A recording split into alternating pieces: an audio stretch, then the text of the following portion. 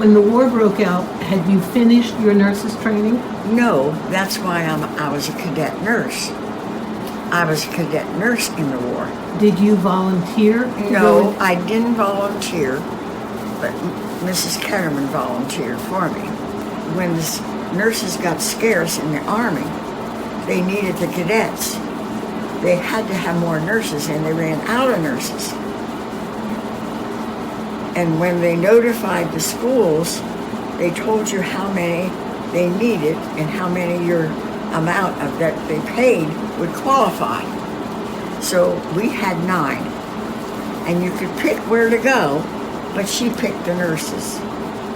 So I was one of the 9, and I could pick Army, 4 went to the Navy, 4 went to the Army, and 1 could go to the Indian Reservation.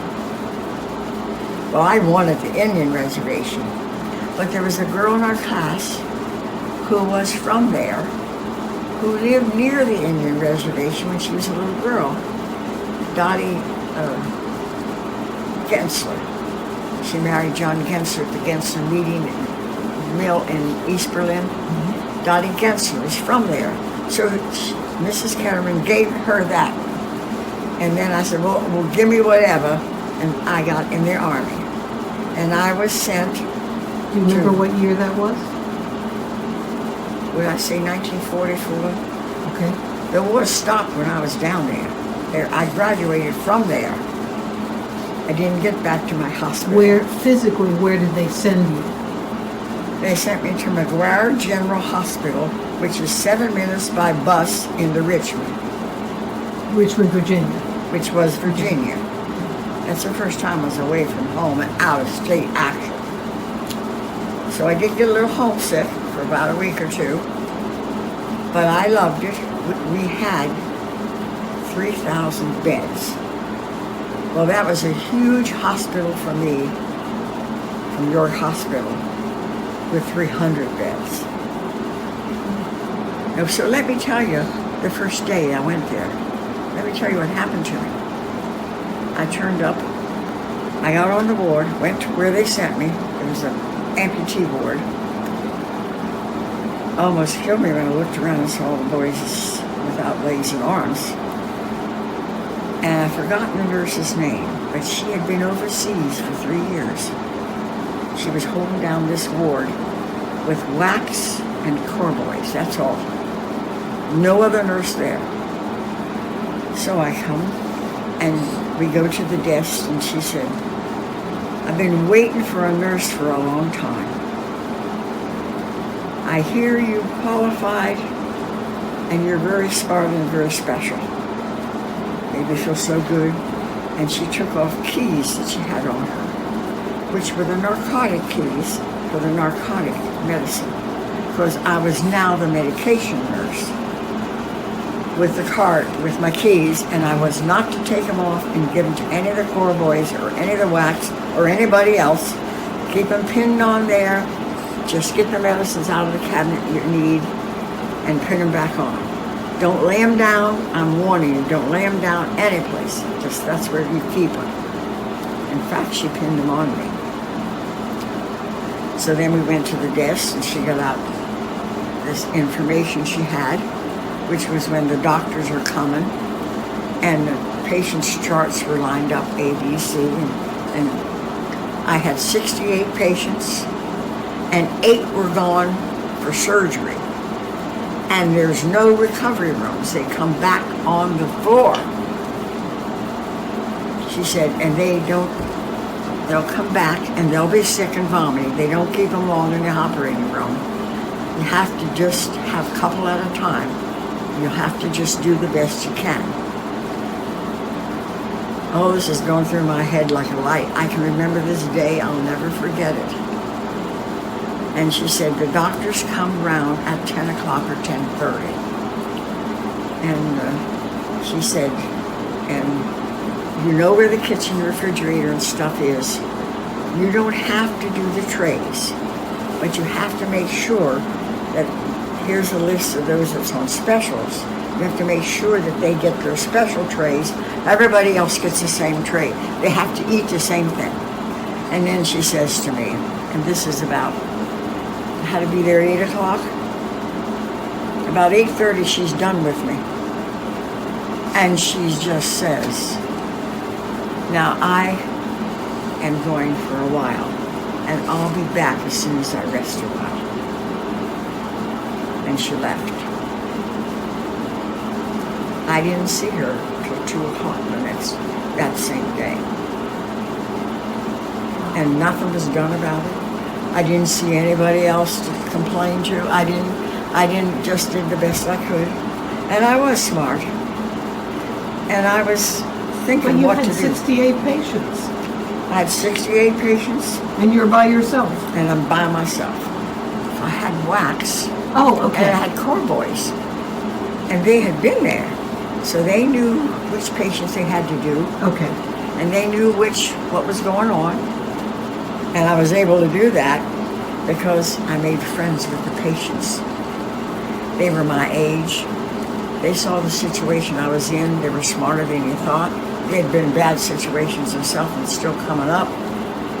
They got out of bed and helped me. Those that could walk, they got out of bed and helped. They held the vomiting pans. I said, you guys, I need help. Who in here could help me? And they got out. The patients helped me as much as the wax and the core boys. But I was a faithful one to them. I never went off duty Friday until every last one of them that wanted to go in town was on the bus. Then I'd go off duty, and sometimes it would be the bus took them in even at 9 o'clock. 8 they were supposed to be ready, but at 9 o'clock the last bus left. And I never went off duty till I helped my patients get on that bus. And a couple wax had hearts, and they stayed with me. But I was a hair cutter. I cut their hair. And then I helped tie their bow ties. Thank God for those that had ties that went around the neck and just snapped instead of a necktie.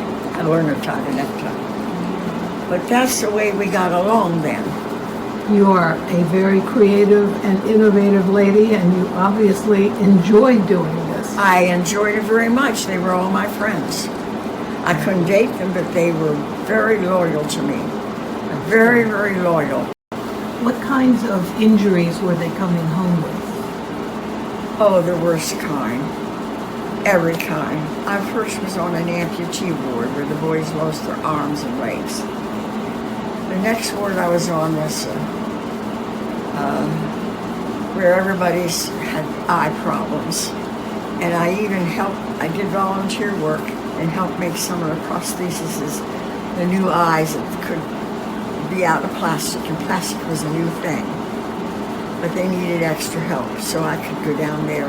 And my fingers were very agile, so they loved to see me come to help do whatever I had to do, fit them in a little hole that made them exactly the size you needed, this type of thing.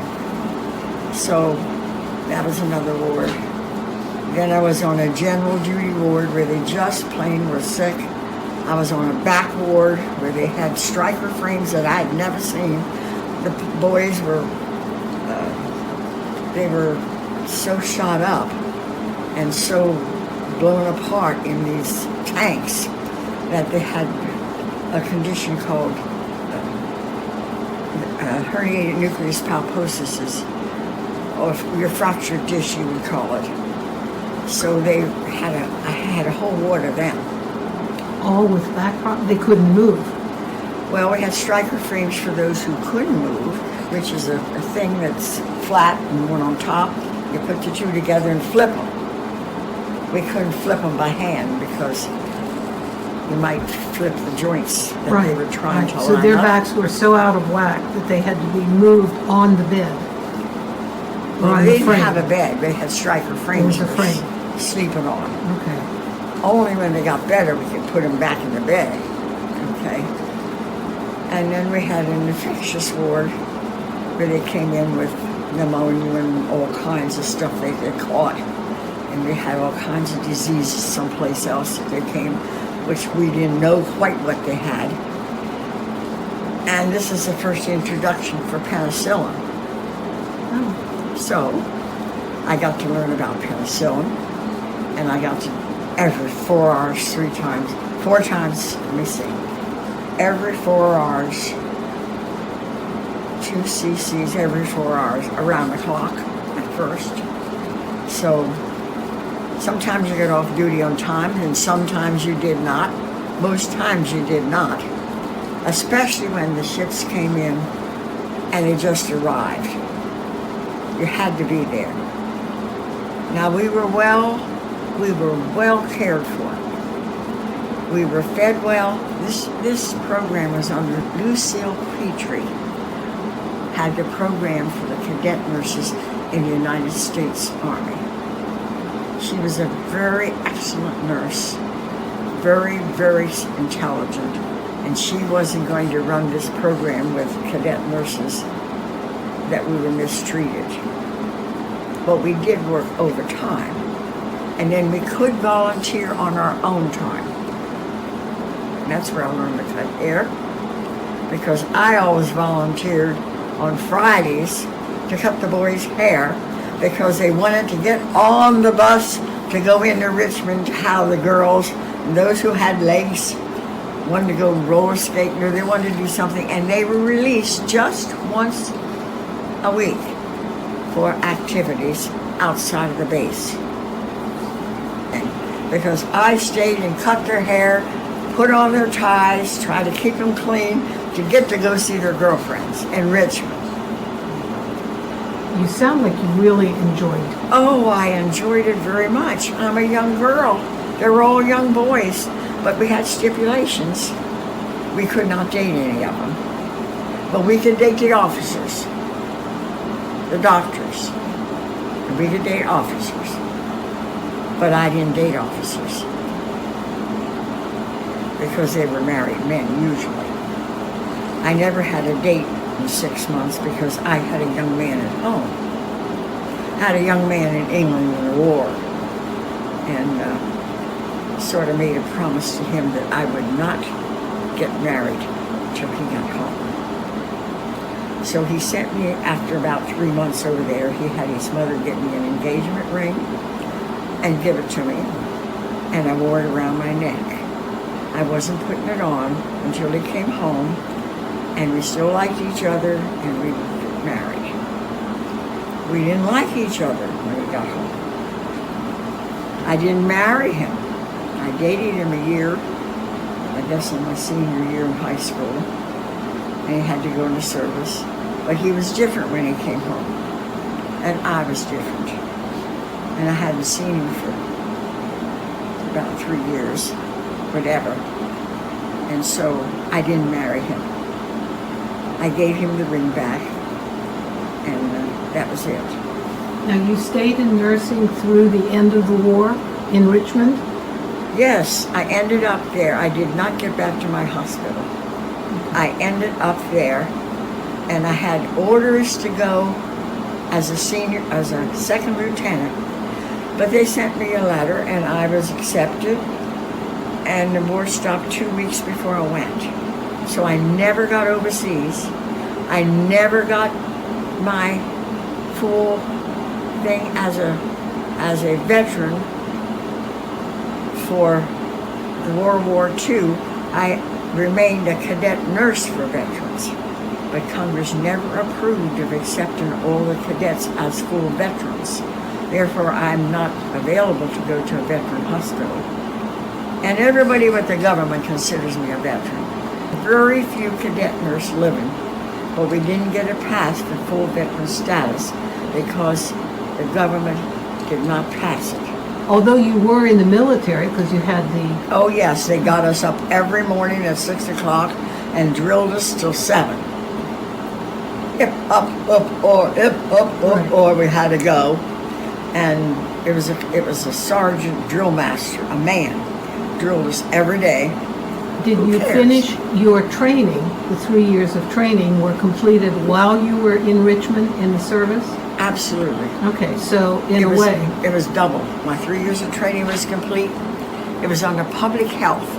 It was considered a branch of the public health under Lucille Petrie. Okay. And with a promise that we promised we would go into service. Everybody else had their second lieutenant papers too to leave, Right. but the war stopped, and the promotions stopped. Everything stopped. They didn't ask you to stay on at the hospital. Down there, no. We had to. My training at 3 years was over. Okay. I came home. I was without a job. Had to go back home to mother. Did you ever stay in touch with any of them that you met? Yes, I did. Really? About 4 or 5 of them. How wonderful. Yes.